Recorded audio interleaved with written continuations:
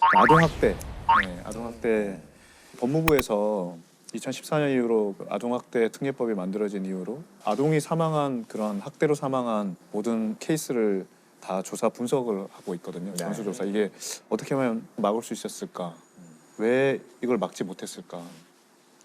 지금 제가 말씀드리려는 몇 가지 사건도 좀 인천과 관련이 좀 깊습니다. 예를 들면 지금 이제 인천 계부 목검 사건이라고. 계부 목검. 네, 얘를 목검으로 많이 때려가지고 이제 사망에 이르게 한 사건인데요. 20대 계부 이모 씨는 5살 아이의 손과 발을 묶고 목검으로 때렸고 아이는 학대를 당하다 숨졌습니다. 엄마 신모 씨는 남편이 손발을 뒤로 묶어 아이 몸이 활처럼 휘었다고 당시 상황을 증언했습니다.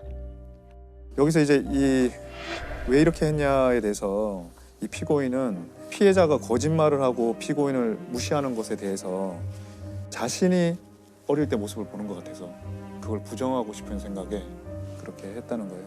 그래서 이게 판결이 어떻게? 판결은 이제 살인죄로 징역 22년을 받았다가 검찰이 네. 검찰이 항소해서 네. 이 아이의 엄마들은 그 상황 속에서 어떤 행동을 했는지 궁금해요. 엄마도 이제 그때 구타를 당했어요. 그래서 엄마도 다른 데 갔고.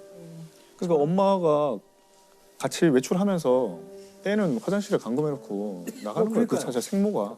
중간에 아마 우리가 조금 더 주의를 기울였으면 막을 수 있는 기회가 분명히 있었을 것 같거든요. 네, 있었죠. 그래서 격리 조치도 하고 그 생모가 또 신고도 했었고 그래서 형사처벌 받았어요. 애도 보육원 갔고. 그러니까 근데 이제 여기도 좀 안타까운 점이 이렇게 다시 같이 살겠다고 했을 때 이제 그 아동보호 전문기관이나 이런 데서 승인을 해준 거죠. 2년 넘게 머물던 보육원에서 돌아온 지 한 달 만이었습니다.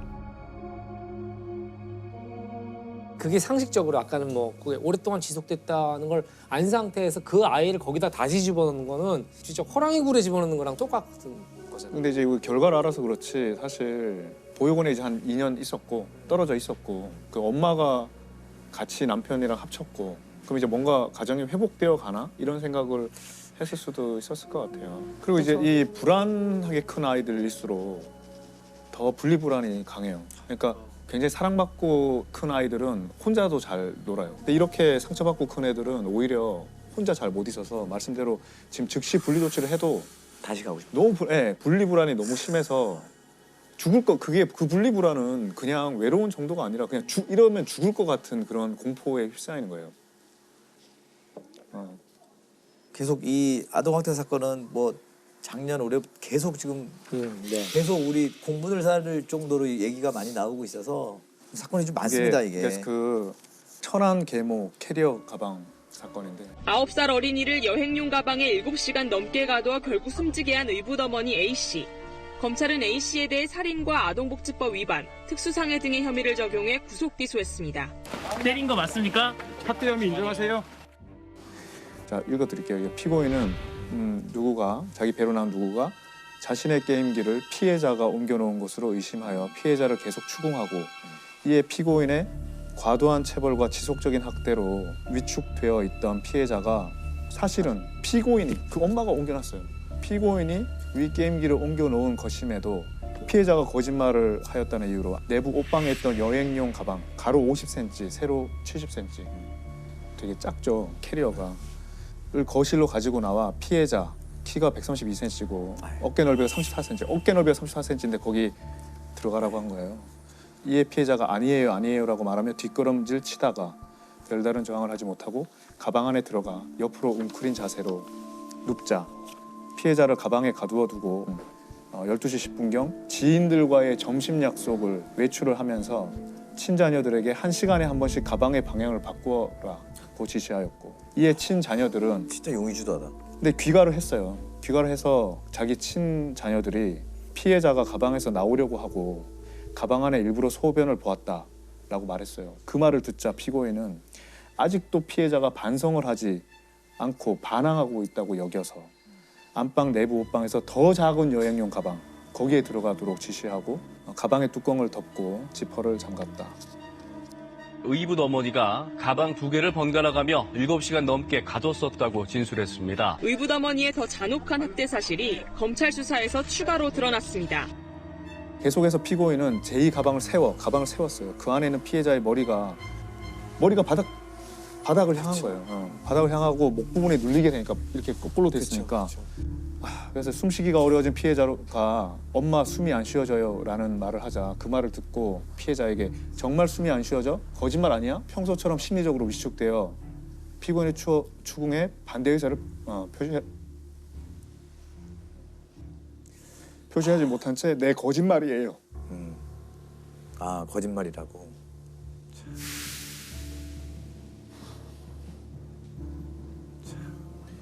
얘가 이제 너무 힘드니까 가방 내부에 그 박음질이 된 천을 뜯어서 거기 나가려고 가방에 뜯어진 부분으로 손을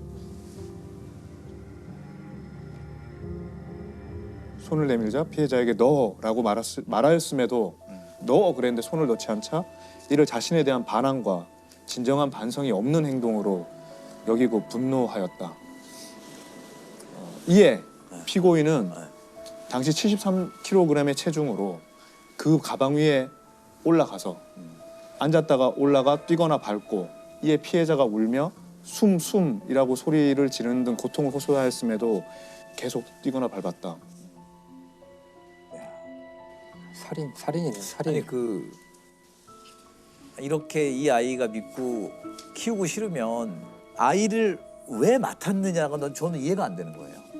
그렇지. 이렇게 미운 애를 예. 자기 입장에서는 그러니까요. 남편과 싸우고 이러면 애한테 화풀이 하는 거예요.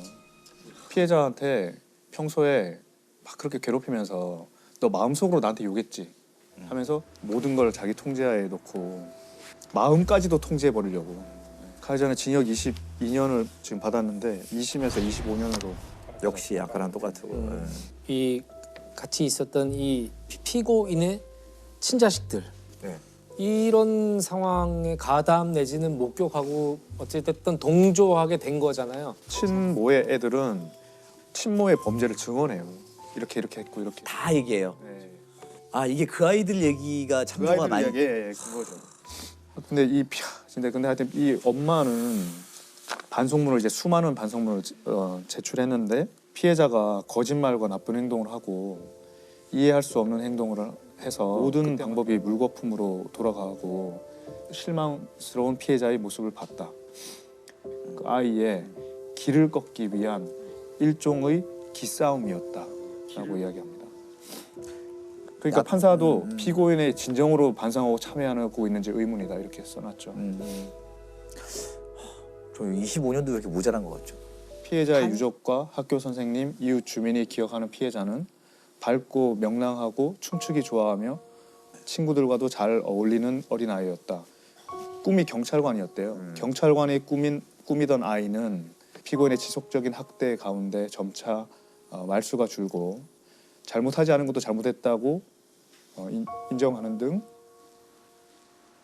가정 안에 왕따로 외롭게 지내다가 엄마라고 부르던 마지막까지 숨을 외치며 자신을 구해줄 것으로 믿었던 피고인에 의하여 그렇게 생명을 잃었다.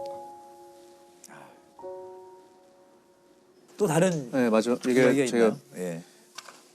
이 사건이 되게 의미가 큽니다. 서연이 사건인데요. 이게 서연이 사건은 2013년에 있었는데 최초로 아동학대 사망 사건을 살인죄로 인정한 사건이고요. 네. 그걸로 아동학대 처벌에 관한 특례법도 만들어진 굉장히 중요한 사건이죠.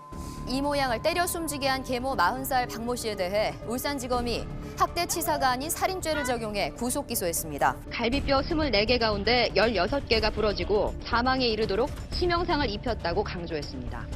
울산 서연이 사건 등을 계기로 아동학대 처벌을 강화하는 내용의 아동학대 범죄처벌 특례법 제정안을 통과시켰습니다.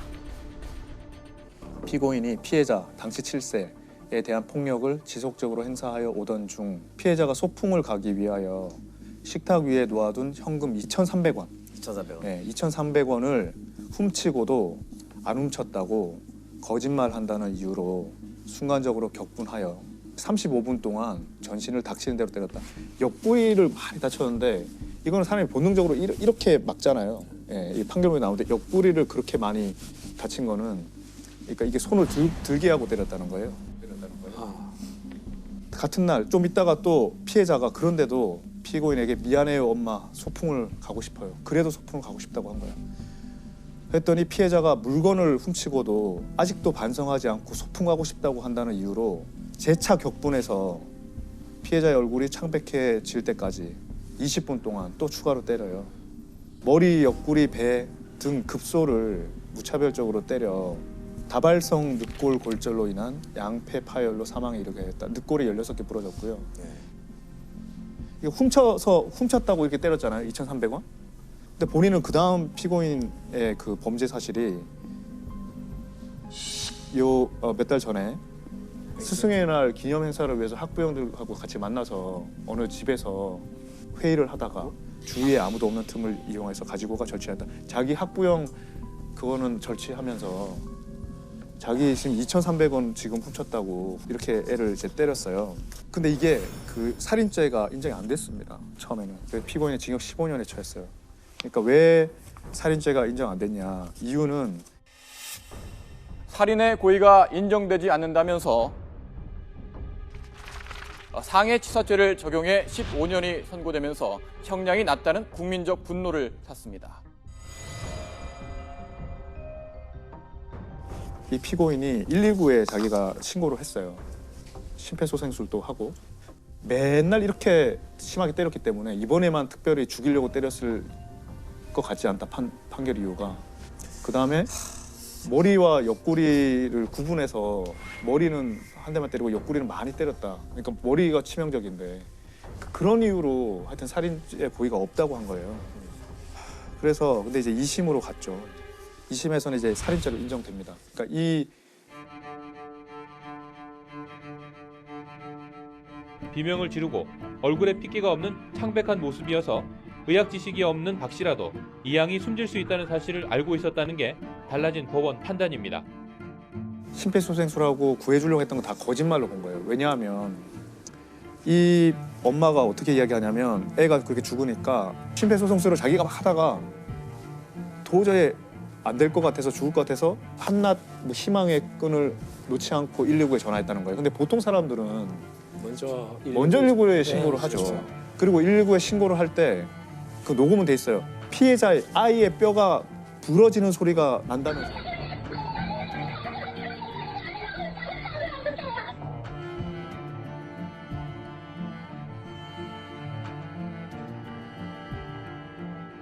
자기가 다 부러뜨려 놓고 왔다. 그리고 119 도착했을 때는 바닥과 욕조와 피가 다 닦여 있었어요. 브루스타라는 약품을 뿌리면은 피가 형광색으로 빛나거든요. 그걸 했더니 이제 피가 다 닦여 있었던 안 보이던 피들이 다 드러나는 거예요. 더 악랄하게 본 거죠. 네. 그 살인이죠? 살인이죠. 2심에서. 예, 2심에서 최초로 살인죄를 인정을 했습니다.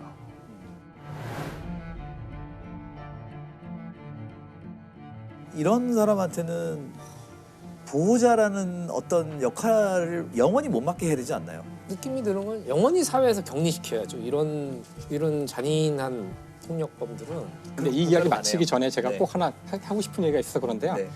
분노가 혐오가 되면 안 되거든요. 그렇죠. 그러니까 이걸 보다 보니 공교롭게도 대부분 다 계부, 계모, 저 집 계부야, 저 사람 저 계모야. 이거는 절대로 안 된다고 생각해요. 그래서 그럼 맞아요. 이런 사건들은 사실 아이를 입양하거나 자기 친자식이 아닌데 키우는 그런 수많은 충실히 하고 계시는 분들이 계세요. 맞아요.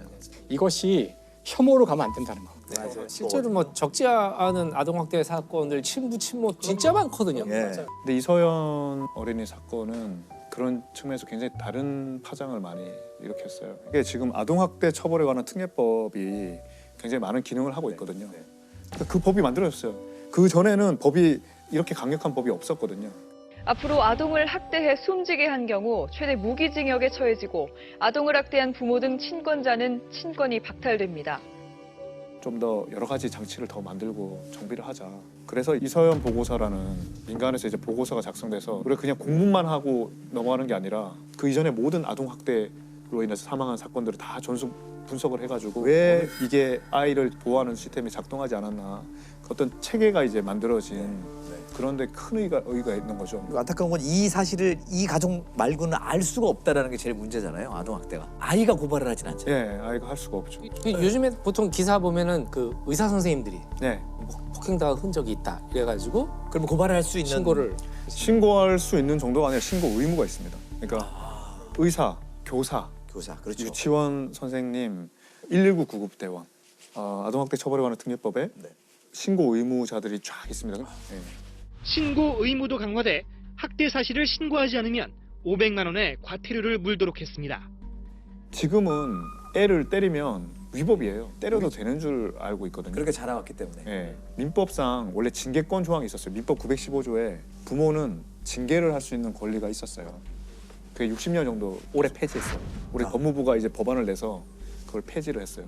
모토가 사랑으로도 때리지 말라 이렇게 해서 부모가 징계를 할 수 있는 권리가 없다는 거 그래서 저희 좀 더 알려졌어요. 이제 이런 사건들을 보면서는 우리가 물론 가정의 문제이지만 그것이 도를 넘는다는 거는 인간이 직감적으로 이게 느낄 수 있잖아요. 그걸 많은 사람들이 이제 자기의 문제라고 생각을 안 했거나 그냥 가정 안의 문제라고 생각을 했을 거라고 추측이 되는데요. 다른 집안의 문제일지라도 좀 의심을 하고 이 아이들이 당하는 문제는 이제 우리 모두가 자신의 일일 수도 있다는 생각으로 그런 자세가 필요하지 않을까? 그게 제일 중요한 거예요. 선생님 말씀대로 우리가 아프리카 속담에 한 아이를 키우려면 온 마을이 필요하다고 했는데 정말 이 아동학대를 막기 위해서 온 사회가 진짜 각자 몫을 다 해야겠다. 이거 신고 의무자는 신고 열심히 하고 그걸 모두 관심 가지고 항상 지속적으로 계속 지켜보고 고민의 결과를 또 정부나 보여주고. 그렇죠. 다시 이런 범죄가 생기지 않는 게 목적이니까.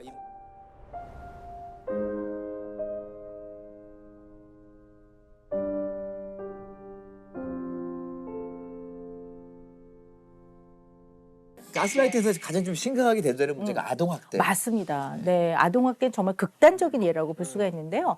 그러니까 부모는 누구나 생각을 해보면 나를 사랑해줘야 되는 사람들이고 나를 보호해줘야 되는 사람이거든요. 근데 나를 사랑하고 보호해줄 이 대상이 동시에 나를 공격해요. 이 동일인이야. 이게 얼마나 혼란스럽겠습니까? 이걸 어린아이가 어떻게 극복을 하겠습니까? 거기다가 물리적 힘에 의한 두려움을 공포를 경험하게 됐을 때 이 아이의 심리 상태, 정서 상태에 너무나 좋지 않은 영향을 주게 되거든요.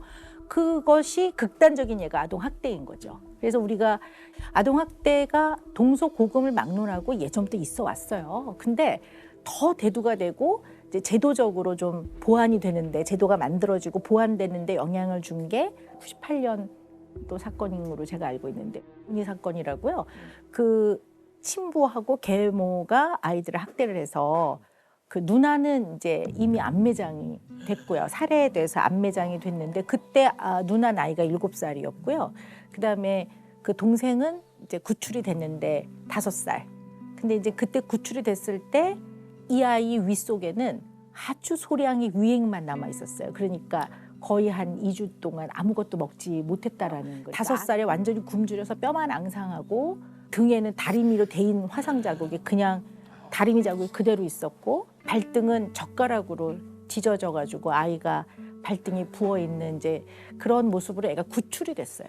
그래서 구출이 된 다음에 이제 병원에서 치료를 받고 그리고 위탁 가정에 이제 가게 됐는데 거기서 이제 굉장히 어려움이 많았던 거죠. 왜냐하면 본인이 그 생애 처음으로 만난 타인인 부모가 자기를 학대를 했는데 이 세상을 어떻게 믿으며 이 아이가 어떤 마음으로 살았을까 하는 거는 생각만 해보면 이해할 수 있을 것 같습니다. 얼마나 공포스럽고 두려웠을까. 그리고 누구와 가까운 관계를 맺는 것이 얼마나 어려웠을까. 이제 이런 것들을 생각해 볼 수 있는데요. 그래서 위탁 가정을 좀 전전하다가 어려움이 너무 많아서 이 아동학대를 겪은 아이들이 지내는 쉼터가 있어요. 그래서 쉼터에서 이제 지내면서 그때 제가 이제 그를 만나게 됐었죠. 그래서 오랜 기간에 이제 치료 후에 굉장히 어려움이 많았지만 그래도 본인도 많이 노력을 하고요. 그래서 학교도 이제 검정고시를 치르고 그렇게 해서 이제 저는 이제 그 이후로는 만나지 못했고요. 지금 이제 회사도 다니고 굉장히 잘 살고 있다고 해서 너무나 마음이 안도가 되고 그 어릴 때 그 아이의 얼굴이 이게 기억이 나면서 보고 싶고 그러네요. 너무 그 아이에게 격려를 보냅니다. 얼마나 살기 위해서 각고의 노력을 하면서 살았을까. 어른들이 정말 너무 잘못했구나 생각이 들고요. 네. 학대 당한 아이의 후에 잘 자라라는 이야기도 좀 다 들려왔으면 좋겠어요. 네, 네. 보통 사건 이후에 당연히 이제 사망한 사건이나 이런 경우에는 이제 그렇게 해서 가슴 아픈 상태로 끝이 났지만 사실 생존하는 아이들, 살아남은 아이들이 어떻게 살아가고 있나를 이렇게 한번 알게 되는 건 되게 중요하다는 생각이 듭니다. 네.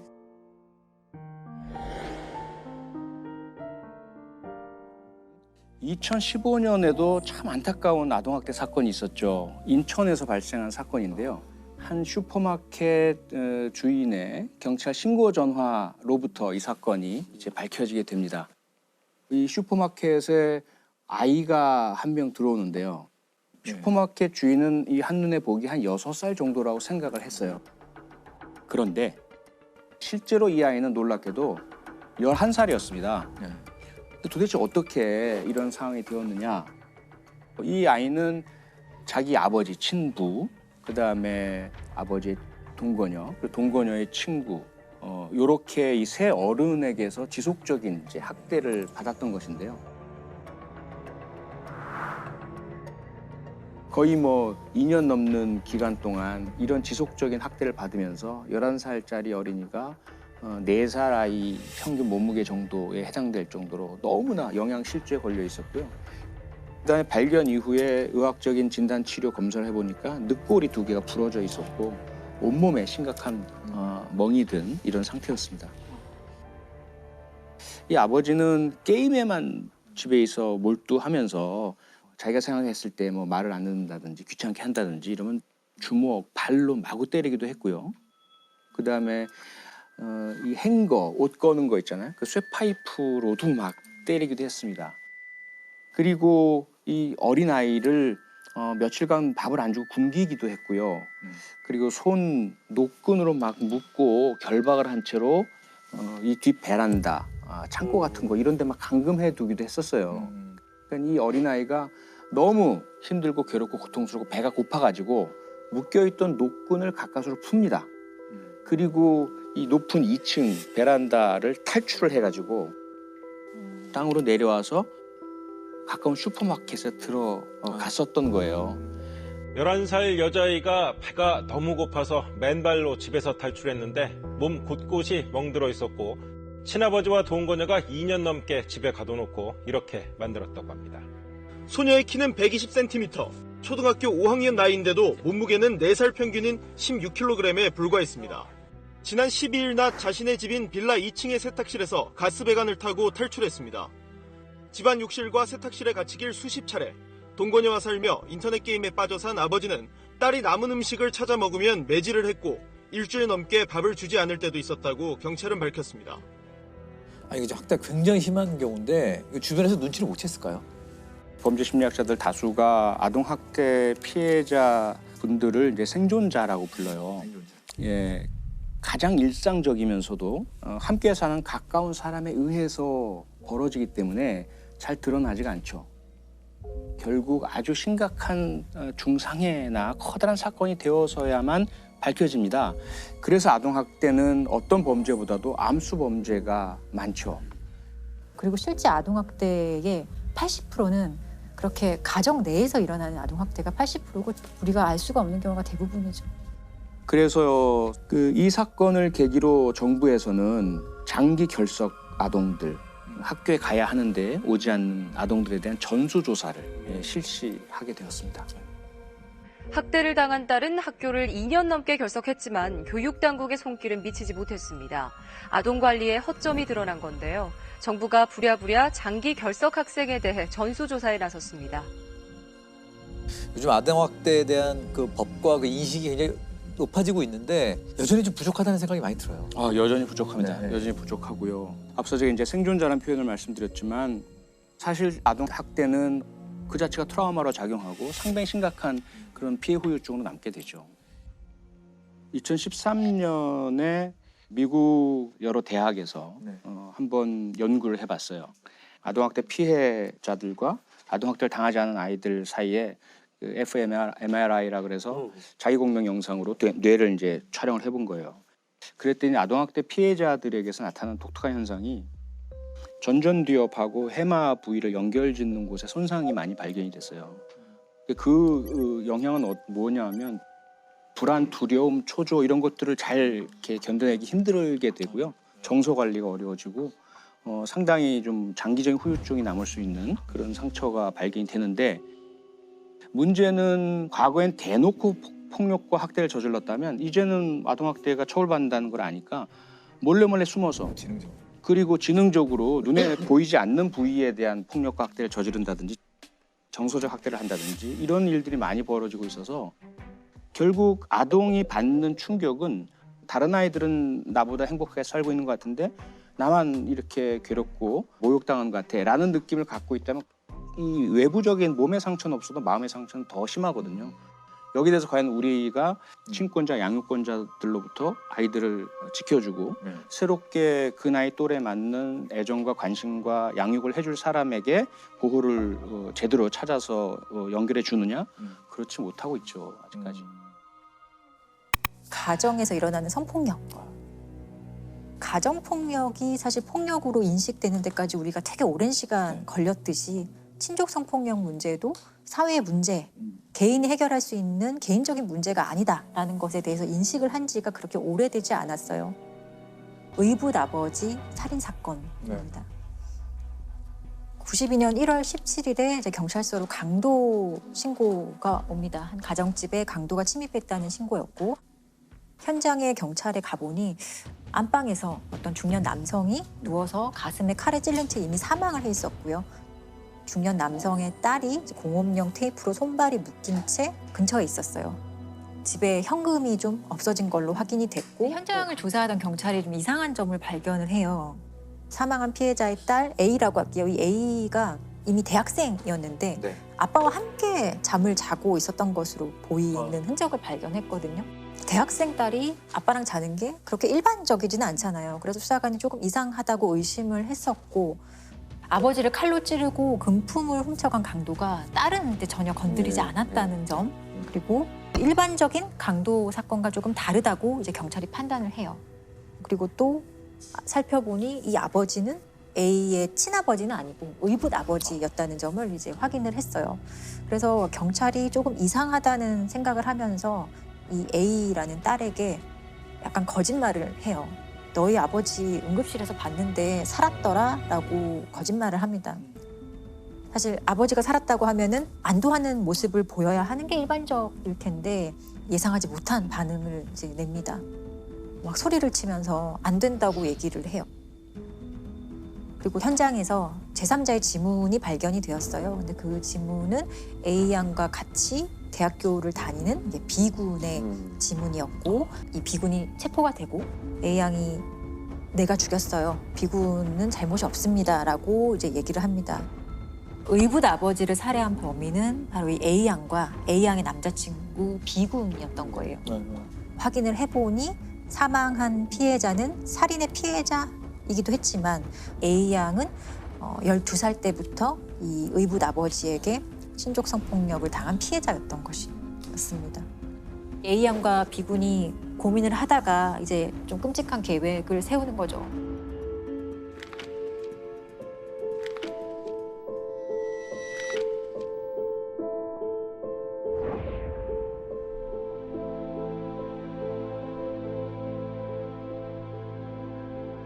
A는 어렸을 때 어머니가 재혼을 해요. 7살 때 재혼을 하고 이 의붓 아버지를 만나게 되는데 A 양이 12살이 되던 해부터 이제 상습적으로 A 양을 이제 성폭력하기 시작을 했는데 처음에 성폭력은 가족들 몰래 A 양 성폭력하다가 A 양의 어머니가 이걸 다 알게 되었어요. 근데 그럼에도 불구하고 중단하지 않고 이제 그때부터는 아예 대놓고 노골적으로 계속 성폭력하기 시작을 해요.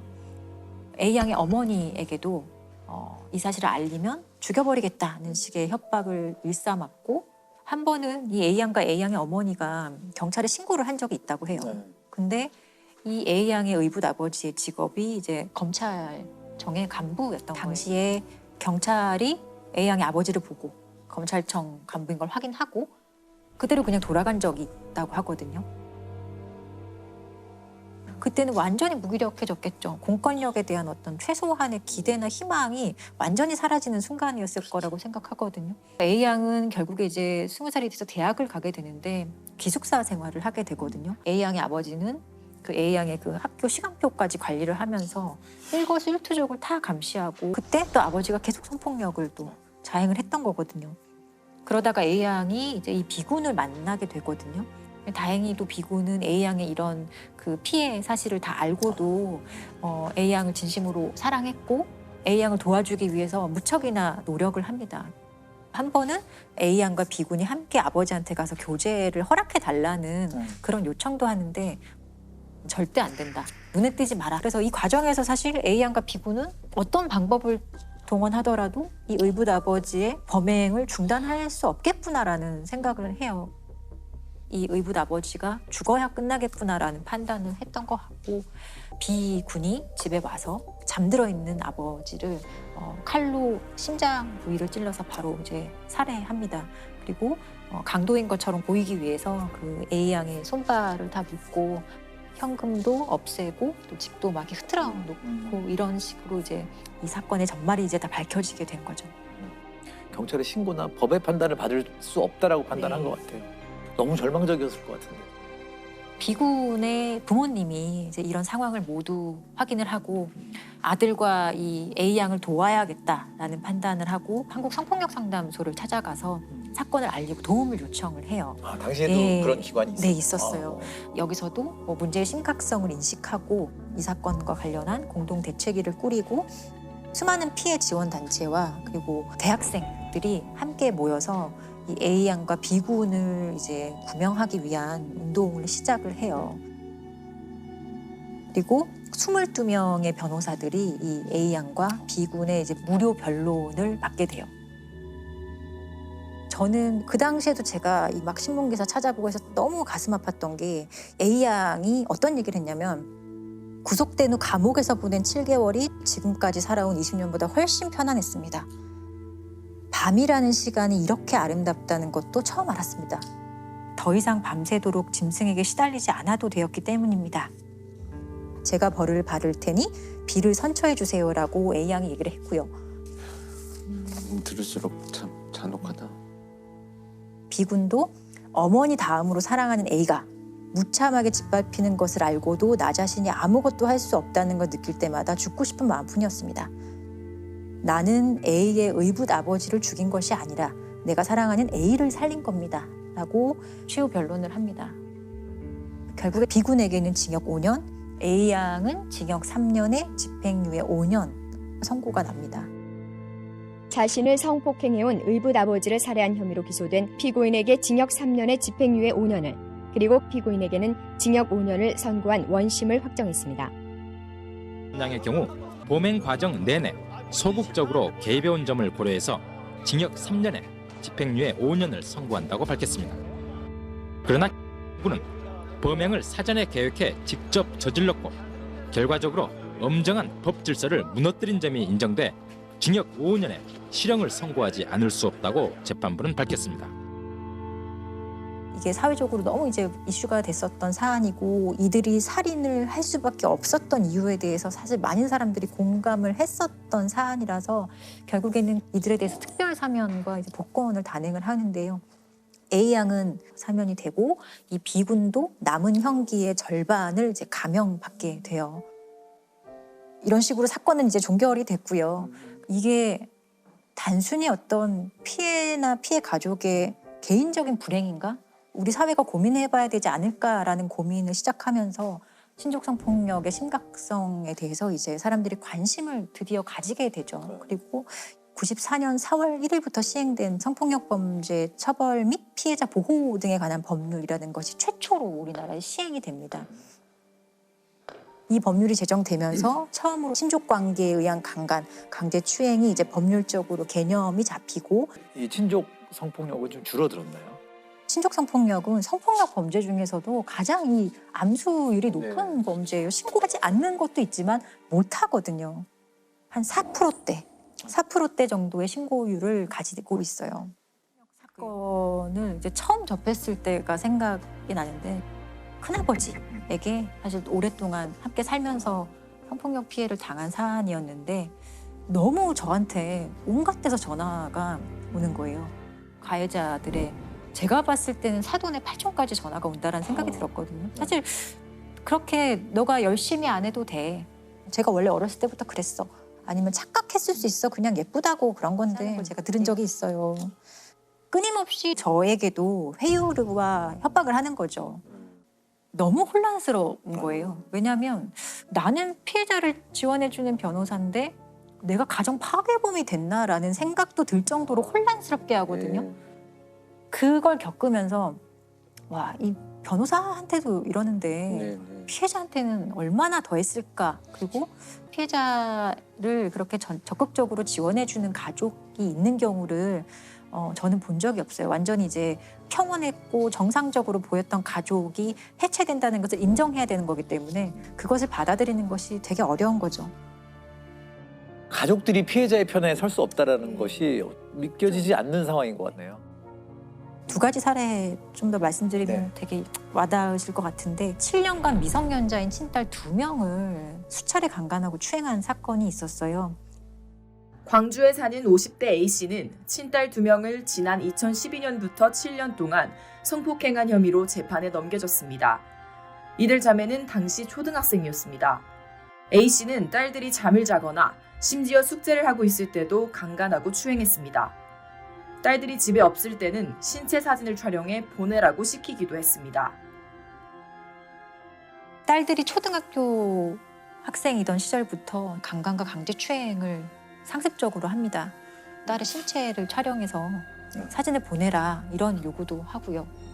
피해자들의 엄마는 이걸 다 알고 있었는데도 신고하거나 다른 조치를 전혀 취하지 않았어요. 보통 그 친족 성폭력 사건에서 보호자들이 쉽게 도움을 주지 못하는 이유가 엄마 역시 가정폭력의 피해자인 경우가 사실 대부분이고요. 선뜻 도와줘야 하겠다는 생각조차 하지 못하는 경우가 되게 많아요. 그리고 경제적인 문제도 사실 되게 큰데 가해자가 이 가정에서 사라지게 된다면 당장 내일 어떻게 살아가야 될지 생계가 막막한 거기서 오는 어떤 두려움도 신고를 사실 못하게 되는 이유 중에 하나로 꼽을 수 있어요. 현장에서 보면 이런 것도 되게 커요. 그리고 이제 친오빠가 성폭력한 사안인데 피해 여동생이 성폭력 피해자인 제가 가해자와 동거 중입니다라는 내용의 국민청원을 올린 적이 있고 이제 29만 명이 청원에 동의했던 사실이 있어요. 아직도 재판은 진행 중인 사안이고요. 이 사안도 오빠가 친동생을 성폭력하고 그 성폭력 상황을 이들의 부모는 오빠에게는 아주 여러 명의 변호사를 붙여주면서 무죄 변론을 시키고 이 피해자는 국선 변호사가 홀로 어렵게 싸워 나갔던 사안이에요. 없어서 제가 많이 못 보는 게 아니라 신고가 되지 못하는 사건이에요. 생각해 보세요. 나의 자식이 한 명은 가해자고 한 명은 피해자예요. 부모가 어떻게 할까요? 부모가 피해자 편 들어주는 부모는 없어요. 가해자가 된 우리 다른 자식을 어떻게 하면 최대한 살릴 수 있을까를 고민합니다. 이런 사안을 보면 사실 친족 성폭력 피해자가 가족들의 지지를 받는다는 것은 현실적으로 정말 어렵고 오히려 기대하는 것이 이상할 정도의 상황인 거죠. 반대로 피해자의 각오가 필요하네요. 그렇죠. 우리 가족과 난 단절될 각오를 하지 않는 한. 실제로 선고형도 일반 강간죄에 비해서 사실 많이 높게 설정이 되어 있지만 친족 관계에 의한 성폭력 가해자들이 도대체 얼마의 형을 사는지 71.4개월 정도, 6년 정도. 그러니까 사실은 형의 집행이 종료되고 다시 가정 친족 관계로 돌아왔을 때 그런 걸 생각하면 그렇게 만족스러운 형량은 결코 아니라고 생각이 들어요. 말도 안 되는 형량인데요. 고민이 되겠지만 피해자를 조력해주는 어떤 체계적인 시스템이 사실은 있어요. 피해자가 원할 경우에 뭐 쉼터라든지 피해자 지원 시설로 가서 보호받고 가족과 단절해서 살 수 있는 공간이 마련되어 있기 때문에 고민하지 않고 신고해도 된다고 생각해요. 이들이 내는 목소리를 우리가 잘 듣고 그리고 그 용기를 지지해주고 함께 고민하는 것부터 우리가 시작해야 될 것 같아요. 가정 내에서 발생하게 되는 가정폭력 얘기를 좀 해보려고 해요. 가정폭력이라고 하면은 그냥 또 많은 분들이 그냥 신체적으로 폭행하는 거 이 정도만 생각하실 수 있는데 실제로 가정폭력의 범주는 이런 신체적인 폭력뿐만 아니라 상대의 일상을 아주 통제하려 들거나 아니면 뭐 지속적으로 괴롭힌다거나 아니면 경제적으로 아주 고립시킨다든지 이런 모든 것들을 사실 다 아우르는 개념이에요. 근데 이 가정폭력 중에 가장 이제 잔혹하고 이제 안타까운 경우가 살인까지 이제 이르렀을 때가 이제 가장 문제가 되죠. 보통 이것을 이렇게 부부 사이는 보통 영촌이라고 많이 얘기를 하잖아요. 예, 촌수가 없고 영촌 살인 이렇게 많이 표현을 합니다. 요즘 이게 좀 문제가 되죠. 사회적인 문제도 있는데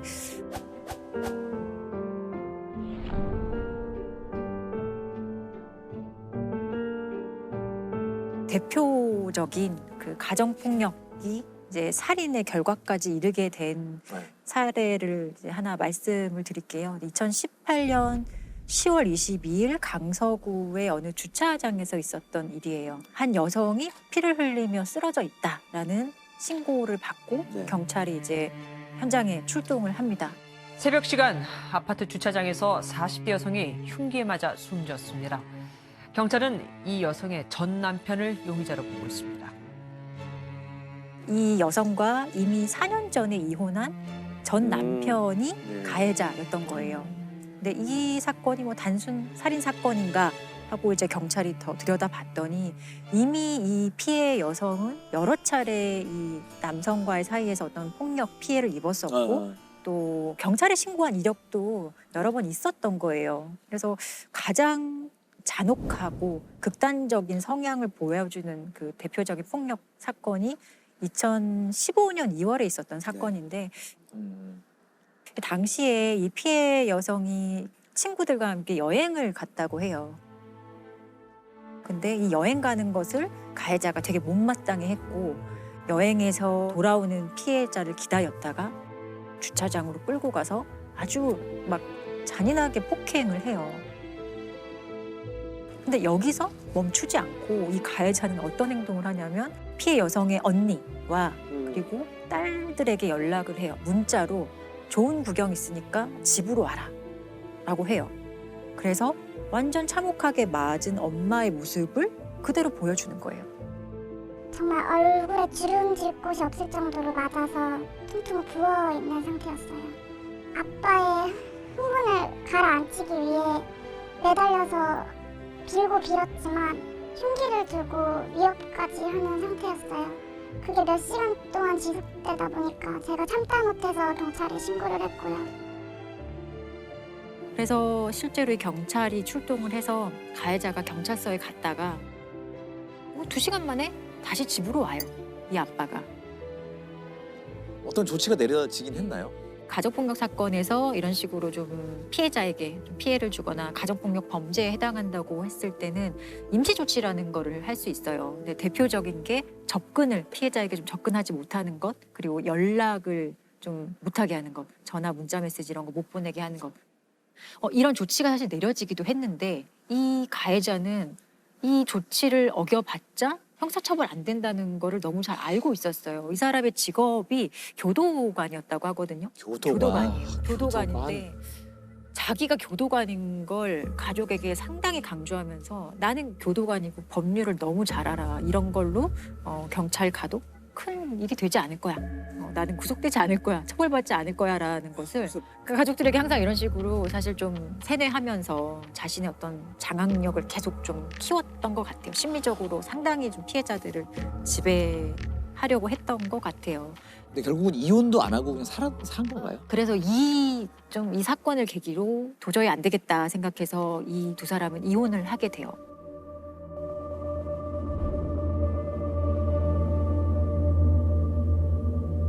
그런데 이혼을 하고 나서도 이 사람의 괴롭힘과 협박과 스토킹은 사실 계속 지속이 돼요. 사실 피해자가 여러 번 주거지를 바꾸고요. 전화번호도 바꾸고 중간에 딸들과 떨어져 살기도 하고 자신 나름대로 가해자로부터 벗어나기 위해서 정말 노력을 하는데 이 가해자가 여기서 멈추지 않고 흥신소를 통해서 이 여성이 어디로 이사 갔는지 정보를 캐고 정보를 확인하고 또 그 집을 찾아가고 협박하기를 반복하고 급기야는 피해자의 그 차량에 위치 추적 장치를 부착을 해요. 그래서 동선을 완벽하게 파악을 하는 거죠. 그 파악할 정보를 가지고 새벽 한 4시 45분경에 수영장을 가기 위해서 집으로 나온 피해자를 잔혹하게 살해를 한 거죠.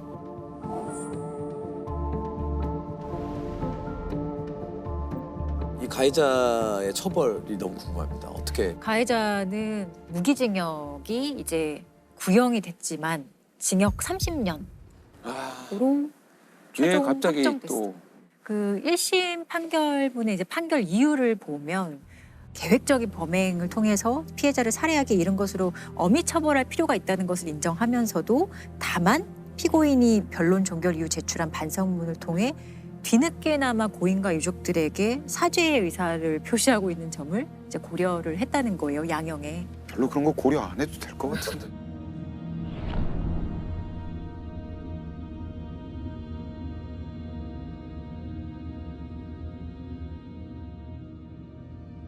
이게 기억이 나는 게 딸이 사형을 요구를 하면서 청와대 국민 게시판에 아마 올렸었죠. 그 얘기하니까 기억납니다. 예, 그래서 굉장히 공분을 많이 일으켰고 10월 22일 날 이 사건이 발생했었는데 그 다음 날 딸이 우리 아빠를 사형시켜 달라는 취지로 국민 청원을 올렸어요. 어,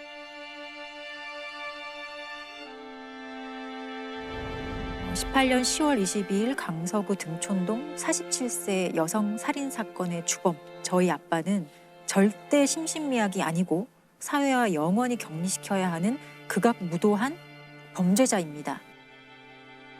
제2, 제3의 피해자가 생기지 않도록 사형을 선고받도록 청원드립니다. 엄마는 늘 불안감에 정상적인 사회활동을 할 수 없었고 보호시설을 포함 5번의 숙소로 옮겼지만 온갖 방법으로 찾아내어 엄마를 살해 위협했으며 결국 딸이자 엄마는 허망하게 하늘나라로 갔습니다. 피해자인 아빠는 치밀하고 무서운 사람입니다. 엄마를 죽여도 6개월이면 나올 수 있다고 공공연히 말했으며 사랑하는 엄마를 13회 칼로 찔러 우리의 모든 것을 빼앗아 갔습니다. 이런 아빠를 사회와 영원히 격리시키고 또 다른 가족의 피해가 발생하지 않도록 국민 여러분의 많은 동의 부탁드립니다. 이게 굉장히 여러 가지 감정이 섞여 있는 얘기 같아요. 이건 저는 공포도 있다고 봐요. 30년 후라고 공포가 없는 게 아니라는 생각이 들거든요. 읽으면서 굉장히 그때 공감을 했었고 주변 사람들 다 보면서 이건 좀 사형을 좀 시켰으면 좋겠다는 마음이 막 일어났고 딸들은 신상 공개까지 원했다 그래요. 근데 이 사건은 신상 공개가 안 됐어요. 딸들이 그래서 인터넷 커뮤니티에 이 사람이 우리 아빠고 엄마를 죽인 살인자다라고 하면서 아빠의 신상과 사진 2장을 올려서 딸들이 아빠의 신상을 공개하는 상황이 이제 일어나게 되는 거예요.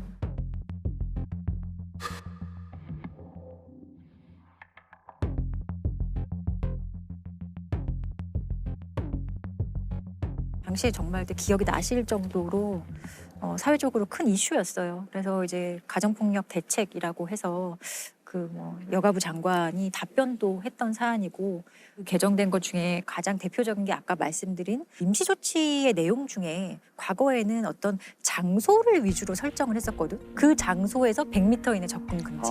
근데 사실 그 장소가 아니라 사람이 기준이 되어야 되는 거잖아요.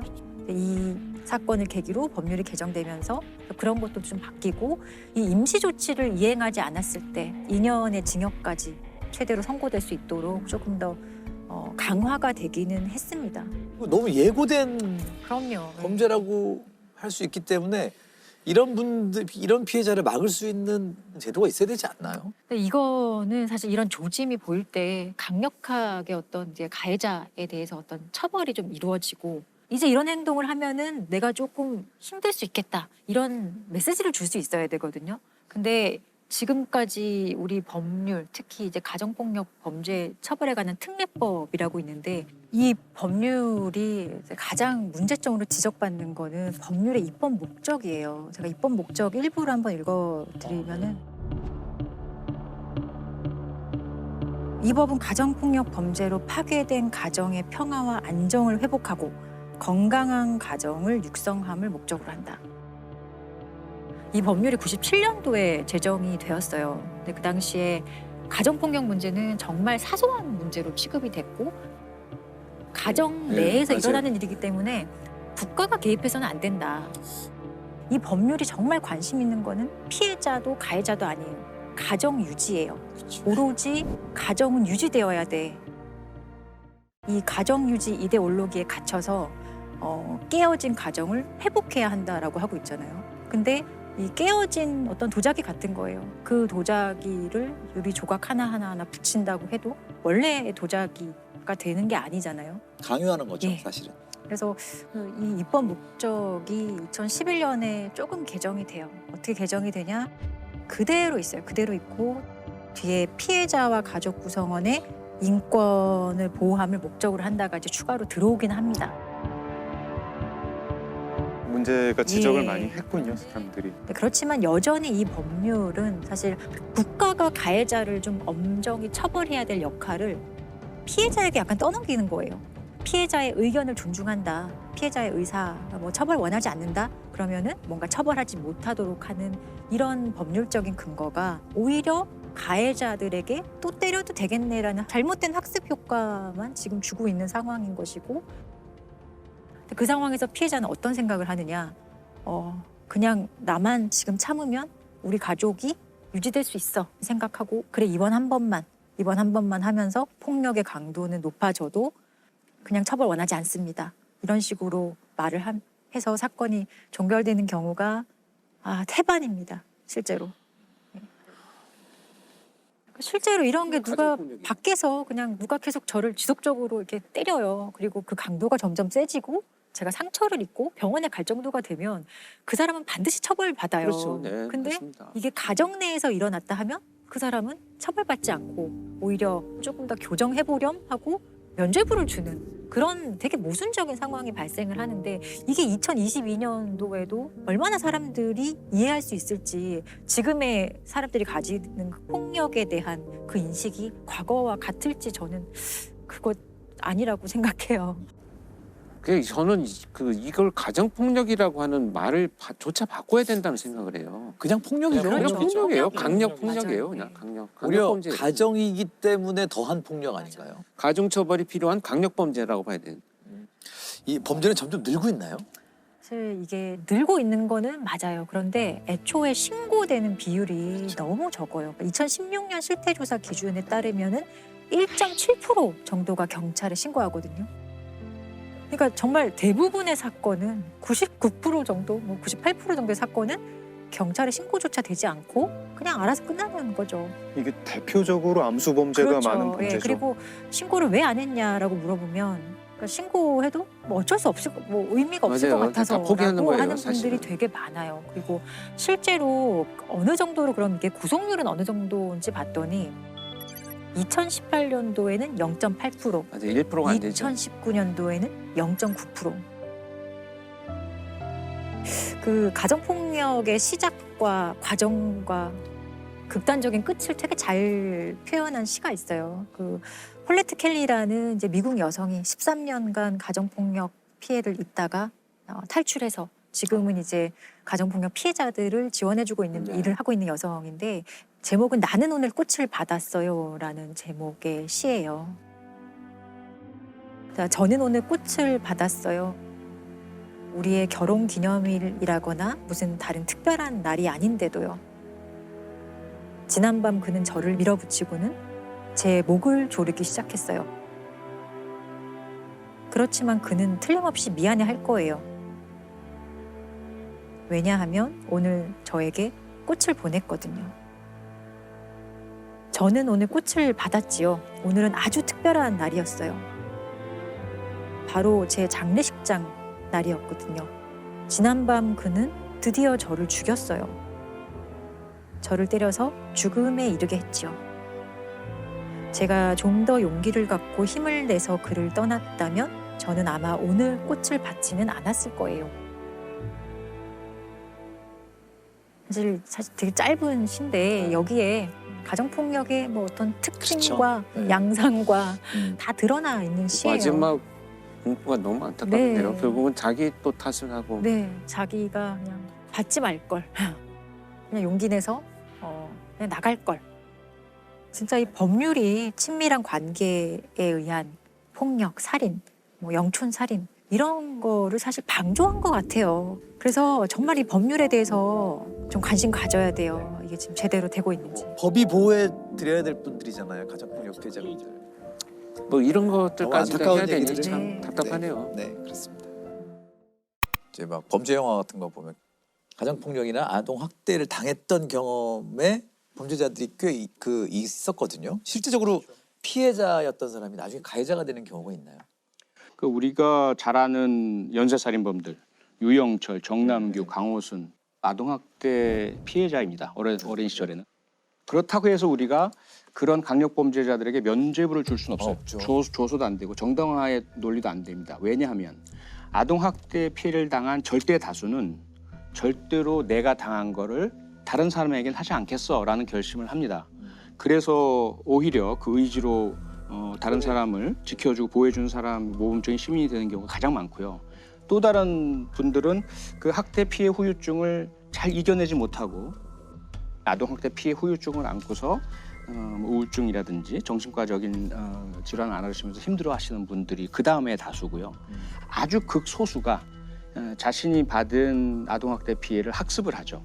그리고는 다른 방법은 자기가 알지 못하니까 자기에게 욕구 불만이 생기거나 분노가 생기거나 또는 갈등이나 누군가와 다툼이 생기면 그걸 자기가 받은 것과 똑같은 방식으로 학습한 내용을 학대하고 폭력을 저지르게 되는데요.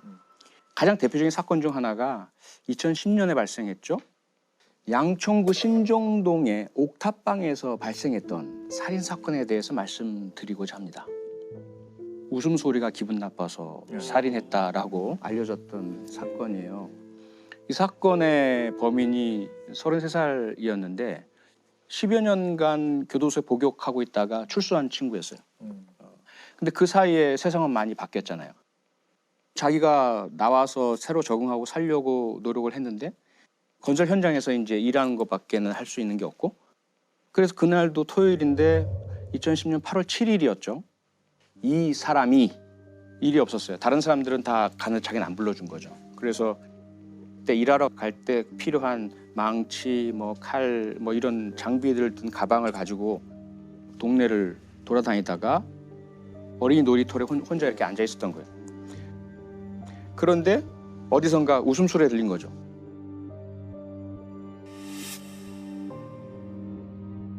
나는 이렇게 비참하고 미래도 희망도 없고 이렇게 절망적으로 앉아 있는데 너희들은 뭐가 이렇게 기쁘고 행복해? 라는 그런 이제 순간적인 생각이 들어서 소리 나는 곳을 찾아 들어갔더니 내 식구가 사는 옥탑방이었어요. 엄마가 아이들과 함께 TV를 보고 있었고 그 웃음소리는 TV에서 나온 소리였어요. 근데 이제 엄마가 깜짝 놀라잖아요. 낯선 사람이 이렇게 들어서니까. 그랬더니 가방 안에 있던 망치를 꺼내가지고 그냥 이렇게 머리를 가격을 한 거예요. 그런데 그때 아빠가 화장실에 계시다 나오고 또 그 장면을 보니까 가방에서 칼을 꺼내서 아버지를 또 찔렀어요.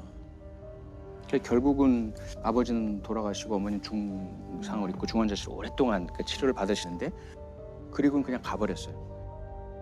가정집에 침입해 이유 없이 가장을 살해한 신정동 살인사건의 범인이 잡혔습니다.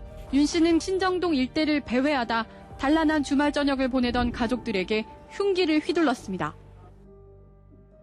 그러니까 경찰로서는 그 현장에 갔는데 미스터리인 거죠. 이게 도대체가 범행 동기가 불분명하죠. 범행 동기가 불분명한 거예요.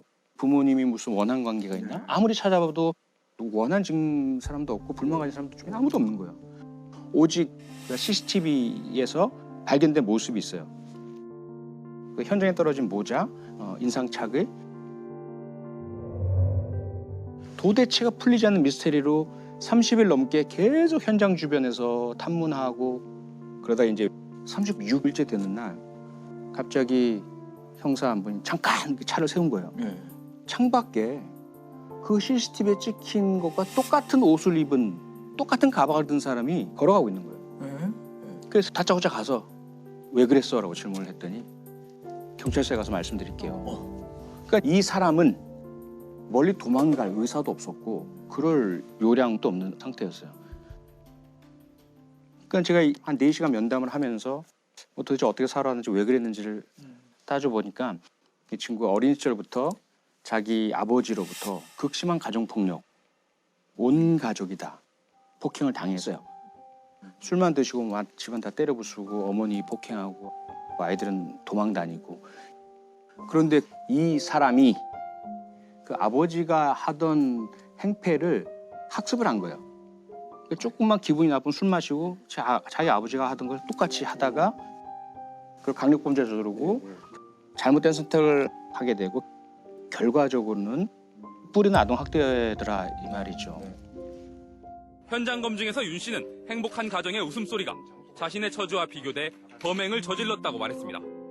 나 자신은 이렇게 비참하게 살아가는데 그 다른 사람들의 행복하게 살아가는 모습이 너무나도 저와 비교돼가지고 순간적으로 그런. 경찰은 윤 씨에 대해 살인 혐의로 구속영장을 신청했습니다.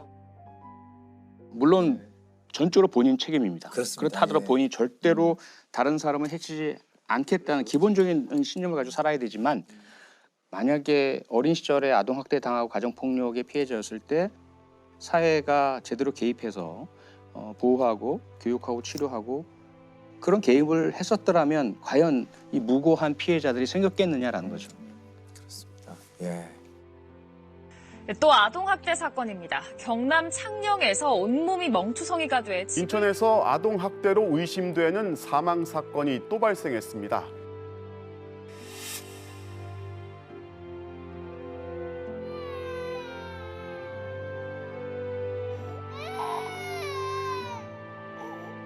저희가 알스범잡하면서 가장 얘기 들을 때 마음 아픈 게 아동학대 얘기였던 것 같아요. 저희가 지금 몇 차례 다뤘는지 모릅니다. 시즌 1부터 시작해서. 아동학대 얘기는 부단히 계속 저희가 드리는 이유가 분명히 있을 거라는 생각이 많이 들어요. 지금 이 순간에도 아마 발생한다는 것이 가장 두려운 얘기죠. 범죄 현장에서 가만히 보면 참 아이러니하게 가해자들도 트라우마가 있는 경우들이 있고요. 그들의 범죄로 인해서 또 다른 트라우마가 생기기도 하고 어떤 굴레처럼 계속 반복되고 있죠. 그래서 오늘은 트라우마와 관련된 범죄 얘기를 좀 하고자 하는데 사실 근데 트라우마 자체가 범죄의 원인이 된다고 보기는 되게 어려운 부분입니다. 그렇지만 이제 그 트라우마가 수면 위로 올라오면서 범죄 현장에 어떤 행동으로 나타났느냐를 알 수 있는 사건이 하나 있었습니다. 제가 프로파일링을 한 초창기의 사건이었는데 2000년 10월 25일부터 그해 12월 19일까지 발생한 사건인데 사망한 사람이 3명이고요. 한 명이 미수예고죄 사건입니다. 이제 첫 번째 사건은 학교에 갔다 오던 초등학교 3학년 학생을 이 김혜선이라는 자가 납치를 합니다. 그래서 강간 살해하고 나서 이 시신을 유기하고 갔는데요. 온 마을 사람이 찾다 보니까 이 아이가 어디에서 발견됐냐 하면 야산 중턱에 있는 굉장히 큰 묘가 있습니다. 거기 그 묘 위에 아이가 팔을 정말 십자가처럼 이렇게 벌리고 전시를 하듯이 이렇게 눕혀져 있었어요. 좀 이해할 수 없는 행동이죠. 왜냐하면 범죄자의 심리라고 하는 것이 기본적으로 시신을 어떻게든 은폐하고 그 발견이 지연되도록 만들고 가는 것이 기본적인 범죄자들의 범행 이후의 행동인데 팔도 이렇게 벌려놓고 전시를 해놓은 것처럼 나타났습니다. 그래서 그때 당시에 이제 굉장히 논란이 많았었죠. 이 행동에 대해서 열심히 수사만 전개되고 있던 와중에 두 번째 사건이 발생을 합니다. 그 19살 된 여학생이 귀가하던 중에 이 김혜선을 또 마주칩니다. 그런데 그 피해 상황을 모면해서 이제 도주를 하죠. 그리고 경찰에 신고를 합니다. 그래서 이때 몽타주가 만들어집니다. 그리고 첫 번째 사건에서는 족적 한 2개를 발견을 합니다. 그런데 이 족적과 몽타주를 가지고 계속 수사를 이어가고 있는 와중에 안타깝게도 이제 3번째 사건이 발생을 합니다. 근데 이 3번째 사건은 고등학교 다니는 누나와 이 남동생이 농로를 걸어가고 있는데 김혜선이 이 피해자 아이들을 덮쳐서 밀어서 농로 밑으로 추락을 시킵니다. 남매를 공격한 이 김혜선은 이 남동생 목을 졸라서 살해를 하고 이 누나인 여학생을 야산 쪽으로 끌고 올라가서 끈으로 묶고 강간 살해하고 나서 피해자의 신체 일부를 훼손을 해서 가지고 그 현장을 떠납니다. 자, 근데 여기에서 족적이 발견이 됩니다. 근데 이 족적이 첫 번째 현장에서 나타난 족적과 동일하게 나타납니다. 그래서 이걸 이제 연쇄 사건으로 판단을 하고 일단은 신발을 찾는 수사를 전개를 했는데 한 집을 방문을 했는데 마당에 진흙개비가 내린 이 마당에 이 족적과 같은 신발의 족적이 있는 집을 발견을 합니다. 그래서 투입이 된 수사관들이 현장에서 피해자의 신체 일부와 현장에 썼던 끈, 또 칼 이런 도구들을 발견을 하고 체포를 하게 된 이런 사건입니다. 전북 고창에서 발생한 엽기적인 연쇄 살인 사건은 어제 검거된 이웃마을 30대 남자가 저지른 것으로 밝혀졌습니다. 강간 전과자로 일정한 직업이 없이 흉기와 노끈을 소지한 채 조용했던 농촌 마을에 씻을 수 없는 충격을 안겨줬습니다. 약간 범인은 사이코패스라고 봐야 될까요? 저는 지금 아마 검사를 했다면 상당히 높은 점수를 가진 사이코패스의 성향을 갖고 있다고 봅니다. 제가 현장에 투입이 됐었던 사건이고 면담을 실제 들어갔을 때도 이 김혜선이 저한테 이제 굉장히 얼굴에 미소를 띠면서 자신 있고 즐거운 표정으로 했던 얘기는 뭐냐면 그 시기에 자기가 동물을 학대한 내용들을 설명하는 과정이었습니다. 갈등이나 이제 어떤 그 스트레스 요인이 됐을 때 있는 동물들한테는 다 잔혹행위를 저질렀는데 사실 성장을 해가지고 사람한테도 같은 방식으로 공격 행위를 하면서 자존감이 회복되는 그런 느낌들인 거죠. 전형적인 사이코패스의 모습을 진짜 드러내는 이런 자였죠. 아, 그러면은 무덤에 눕혀가지고 이렇게 전시하듯이 했던 그 이유가 뭘까요? 이제 그것이 이제 가장 의문스러웠죠. 출장을 가서 이제 면담을 하기 시작을 했어요. 근데 왜 그랬느냐라는 질문에 화가 나서 그랬다는 거예요. 화가 나서. 그런데 화가 났다는 표현조차도 지금 이 행동을 도무지 해석할 수 있는 연결고리를 찾을 수는 없었습니다. 그래서 저는 이제 면담을 이어가면서 끝없이 뭔가 이 사람의 어떤 삶의 궤적을 들여다보면 아마도 이 행동의 어떤 원인을 찾을 수 있지 않겠는가. 이제 끝없이 여러 질문들을 했어요. 저도 질문을 계속 이어가던 중에 자 이제 어린 시절의 이야기를 하기 시작을 했습니다. 그래서 아주 어린 시절부터 이유 없이 이제 자기는 가정폭력을 심하게 받았다는 거예요. 아버지한테 밥상을 뒤집어 엎고 두들기고 맞고 이런 일들이 있었다고 합니다.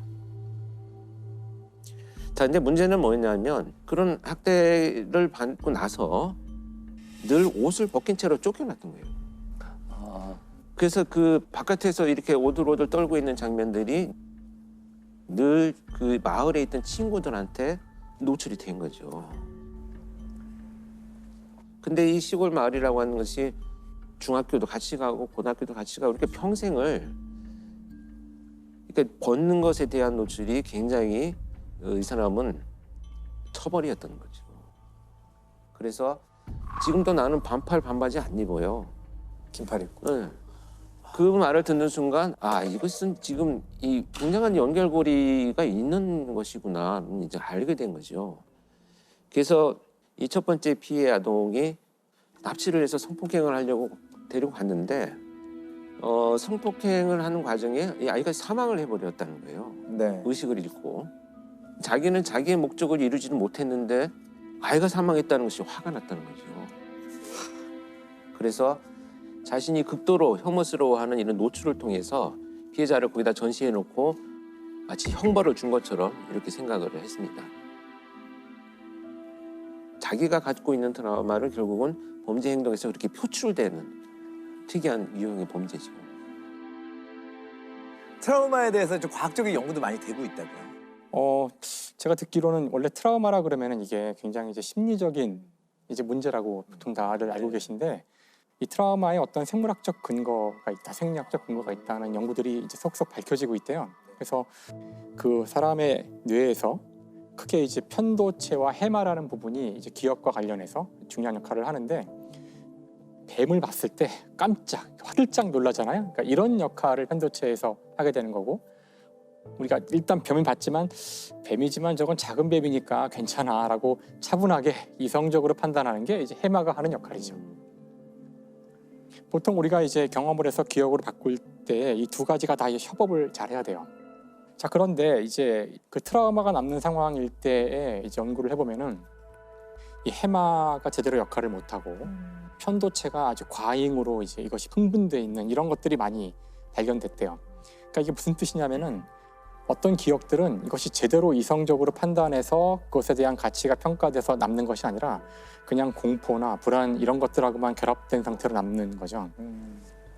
그래서 이제 이런 사실이 이제 알려지게 되니까 그 트라우마에 어떤 생물학적 이유가 있다는 뜻은 거꾸로 이걸 생물학적으로, 생리학적으로 해결할 방법을 찾을 수 있을지도 모른다는 거예요. 그래서 따라서 이 뇌에 이 아까 얘기한 편도체나 이 해마에 어떤 물리적인 자극을 주어서 트라우마를 약간 완화시키는 그런 실험들도 실제로 이루어지고 있더라고요. 그러니까 앞으로 이제 트라우마를 저희가 뭐 약으로 극복할 수 있거나 그런 단서를 줄 수도 있는 거죠. 범죄 피해자들의 트라우마에 대해서도 좀 중요하게 다뤄봐야 될 문제인 것 같아요. 그렇습니다. 결국은 가해자들에 대해서 뭐 서사를 만들기 위해서 트라우마를 연구하는 건 아니니까요. 그들의 행동을 이해하기 위해서 우리가 연구를 했다면 사실 피해자, 그다음에 그 남은 가족들까지도 이 트라우마가 심합니다. 아까 그 김혜선 사건에서 중간에 몽타주를 만들었던 그 도주한 그 피해 여성은 그 사건이 2000년도 사건이잖아요. 지금도 바깥에를 거의 못 나오신다고 합니다. 그 두려움이 아직도 커서. 그다음에 이제 어떤 그 성폭행 피해자는 그 범인한테 났던 뭐 비누 냄새나 향수 냄새 이런 것들이 이제 인상 깊게 남아 있다가 유사한 냄새를 맡게 되면 온몸이 얼어붙어서 이제 움직이지 못하는,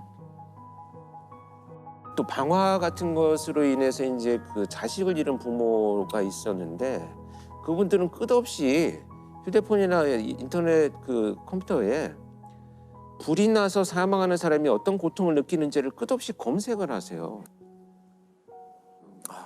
그러니까 내 자식이 얼마나 힘들게 죽었는지를 자꾸 자기가 경험하려고 하는 고통, 죄책감, 자식을 지켜주지 못했다고 하는 자기 어떤 죄책감 이런 것들이 막 연결이 되어가지고 결국은 같은 방식으로 고통적인 선택을 하는 경우들도 많이 있긴 합니다.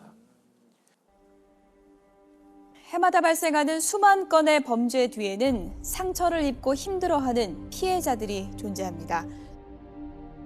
연쇄살인범 유영철에게 희생된 피해자의 친동생이 스스로 목숨을 끊었습니다.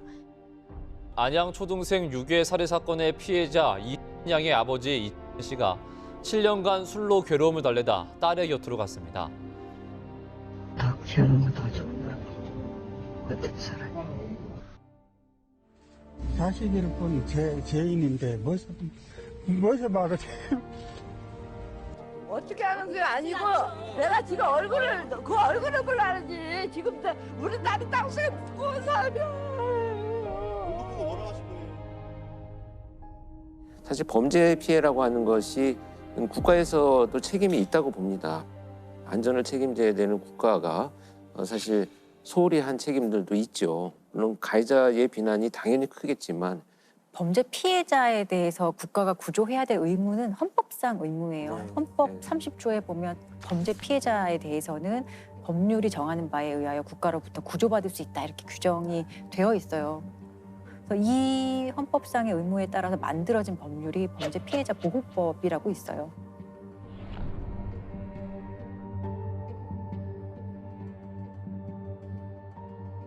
지원책이 있지만 사실 제가 볼 땐 매우 부족하다고 네. 생각이 들고요.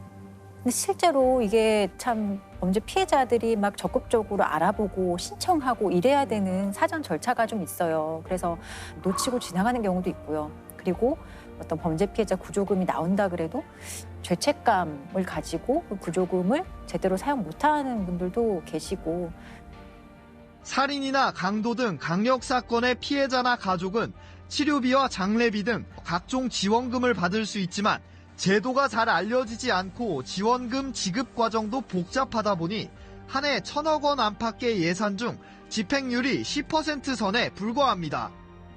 또 어떤 심리치료나 이런 것들 지원 많이 해주거든요, 실제로. 근데도 오히려 치료를 받으러 가는 그 행위가 그 범죄 피해를 더 상기시켜서 못 가겠다고 하시는 분도 생각보다 정말 많거든요. 그래서 이런 분들을 어떻게 피해 회복할 수 있는 제도적인 시스템으로 이렇게 포섭할 수 있을지 거기에 대한 연구를 사실 더 많이 해야 돼요.